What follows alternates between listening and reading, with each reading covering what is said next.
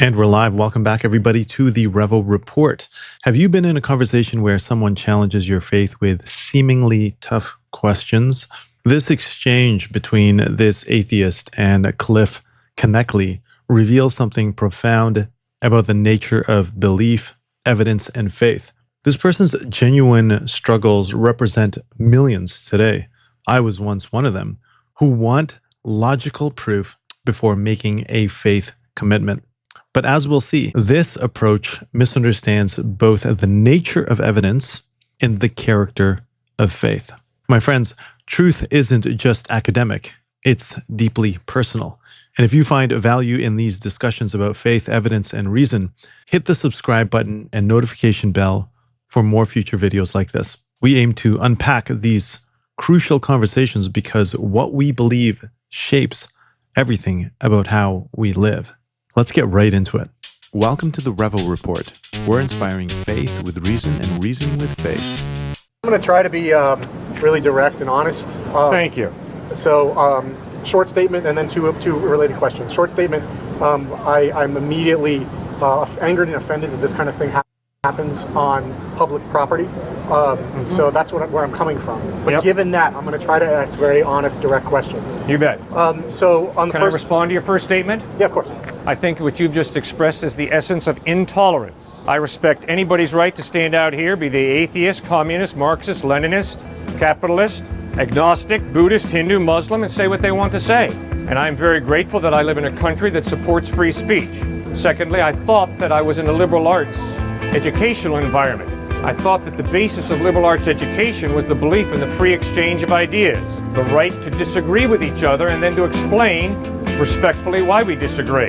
This is an imbalanced conversation. When you have an enormous institution and a huge amount of people behind you on one side and a very small number of dissenters, then that's not free speech. Tell me who's behind me. What's this big institution that's behind me? Well, the majority of people here are listening very reverently. This isn't like a two-sided debate. Sir, no one has forced you to stand here. No one's forced me to stand here. I'm under the impression that you have a free will and you've chosen to be there. And I respect that. And these people choose to sit here because they choose to. I don't know who they are. And I don't have any big organization behind me, for crying out loud. So why don't you get in touch with reality? It's a refreshing exercise. Wow. Well, I was hesitant to stand up anyway, but I would actually like to ask two questions, and they're coming from my heart. Okay? Okay.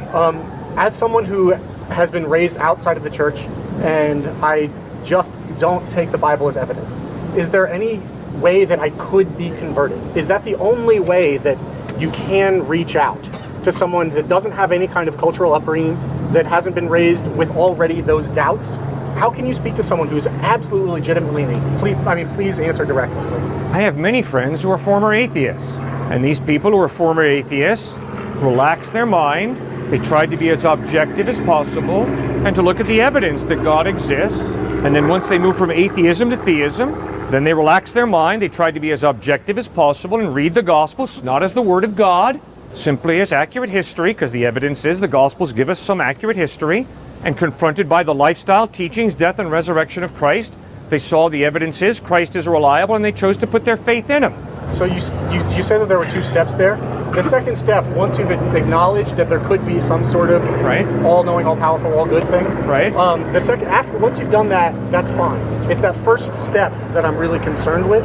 So you're saying that there's actually fact-based evidence that is best explained through an existence of God. Philosophical evidence, yes, sir. I'm not talking specifically about experiments or anything like that, but even philosophical evidence. Do you think that's the best, most rational explanation? Yes. Okay, so we have thousands of years of history of debates about these kind of things, and I don't want to revisit those. But do you have an answer for someone who's already gone through those and hasn't been convinced of the factual accuracy or of Occam's razor? I mean, if I honestly think that there are just more reliable descriptions that match the facts better, theory that just has fewer things that you have to assume that explain it just as well. If I'm in that position, knowing that I am a limited person and could be wrong, is there room for faith? That was kind of a technical question. Would you like me to try to repeat it? Mm-hmm. So, do you think that it's possible to both think that the best answer is atheism, that I can logically disprove the existence of the all-knowing, all-powerful, all-good, yet, through knowing my own limitation, through knowing that logic itself can be flawed, that our brains cannot understand everything. Is that enough of a doubt to admit the kind of faith that's required to believe in God? Sir, all you've got to do is look at the evidence for the reliability of Christ. Then you say, no, I'm sorry, not enough evidence. I can't believe. But when you say that, what you are clearly saying is, before I trust anything to be true, it must meet this level of evidence. So my two questions for you then are, in light of the fact that Jesus Christ is not supported by enough evidence, what is the object that you have chosen to trust in? And secondly, what is the preponderance of evidence that supports this option as being more reliable than Christ? I would say that the discussion isn't between two different things that explain the environment that we see, but it's a very specific proposition of either an all-knowing, all-powerful God exists, or it doesn't. And I believe that the evidence supports the second. And I don't think that you need to, that argument specifically requires there to be something else that you believe in.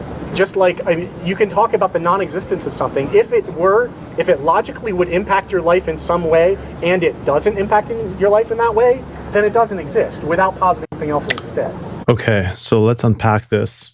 Notice how Knechtle mentions that a former atheist first relaxed their minds and tried to be as objective as possible. Because this isn't about lowering intellectual standards. It's about recognizing our preconceptions. Just like this gentleman has preconceptions. A Christian has preconceptions. It was C.S. Lewis that said, and who was also once an atheist himself, I believe in Christianity. I believe that the sun has risen, not only because I see it, but because by it, I see everything else. So evidence doesn't exist in a vacuum. It actually requires interpretation. Now, many skeptics, like this gentleman right here, demand scientific proof for God while overlooking that science itself rests on unproven assumptions. You see, the scientific method itself cannot be proven by the scientific method. And a fascinating study from the University of Oxford found that atheist scientists often employ different standards of evidence when examining religious claims versus scientific theories. So this is a double standard.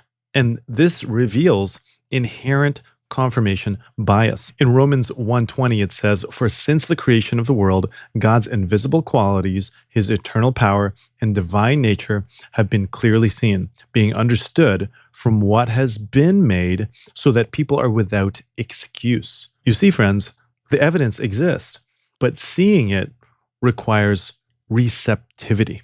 Now, if all of this is resonating with you, please like and share this video. Perhaps someone in your circle needs to hear this message about approaching faith with an open mind, with reason. Now, point number 2, historical evidence does matter. I like how Cliffe Knechle makes a critical distinction between accepting the Bible as the Word of God versus actually examining it as accurate history. To see how, okay, well, how do historians evaluate ancient documents? Let's evaluate the Bible the same way historians would evaluate other works of antiquity. It was, in fact, the great historian and theologian Augustine of Hippo who wrote, "Faith is to believe what you do not see. The reward of this faith is to see what you believe." You see, historical investigation often begins with provisional trust in sources before critically examining them. Did you know that we have far more early manuscript evidence for the New Testament than any other ancient work in the world? The New Testament has over 5,800 Greek manuscripts, and we're finding more year by year, with the earliest fragments dating within decades of the original writings. Compare that with just 643 manuscripts with Homer's Iliad, with a 500-year gap between composition and our earliest copies that we have in hand. You see, the historical reliability of the Bible stands on firmer ground than the works of Plato, Homer, Aristotle, or even Caesar. Hebrews 11:1 captures this beautifully. Now, faith is the confidence in what we hope for and the assurance about what we do not see. Biblical faith is not blind. It's an assurance based on evidence that reaches beyond what we can physically observe. I would love to hear your thoughts on this. Has historical evidence strengthened your faith or raised questions? Let us know in the comments below. We read everything that you write. Your perspective matters, and this community benefits from honest dialogue about these critical questions that I think all of us should be having. My last point, number 3, is faith requires decision. The most revealing moment comes when Knechtle turns the tables, asking what alternatives this atheist has chosen to trust and what evidence supports that choice. And I think this highlights a profound truth. Everyone has faith in something. Atheism isn't the absence of faith. It's faith placed in something else. Some will say, well, my faith is in science. Well, that in itself is a philosophical statement. It was A.W. Tozer who put it this way: faith is not a conclusion you reach, but a journey you live. You see, at some point, evidence gives way to decision. I personally love the study of the brain, and neuroscience confirms this very reality. Researchers at the University of Southern California discovered that humans consistently decide and make decisions based on incomplete information, using what they call bounded rationality. No one waits for 100% certainty before making important life choices, whether it's about relationships, a marriage, having a kid, going to a church, going to a seminar, your careers, certain worldviews. Jesus acknowledged this tension in John 20:29 when he told Thomas, "Because you have seen me, you believed. Blessed are those who have not seen and yet have believed." Faith honors the evidence while taking the necessary step beyond what can be proven with absolute certainty. You don't go into a marriage and say your I do's with 100% certainty. You put faith in that person, faith that that person will be loyal, faith that that person will love you the way you love them. And they were putting faith in you as well. Look, friend, at the heart of this conversation is the most important question you can ask. What will you do with Jesus? The historical evidence points to a man who claimed to be God, lived a sinless life, died a sacrificial death, and rose from the grave. The testimonies of transformed lives throughout history, from the disciples who died for this truth to millions of people today, confirm his ongoing power. You see, Jesus didn't merely come to win arguments. He came to transform your message into a ministry, your trials into testimonies, your darkness into dawn, your brokenness into blessings. The God who created galaxies cares intimately about your story. And history ultimately is his story. The evidence demands a verdict. You can examine it with an open mind, weigh it honestly, but eventually you must decide. Christ's death on the cross and triumphant resurrection weren't theoretical exercises.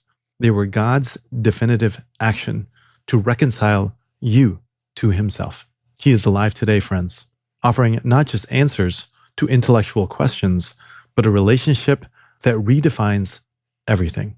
And he's coming back to make all things new. Will you place your trust in him? That decision, not just information, is what bridges the gap between doubt and faith.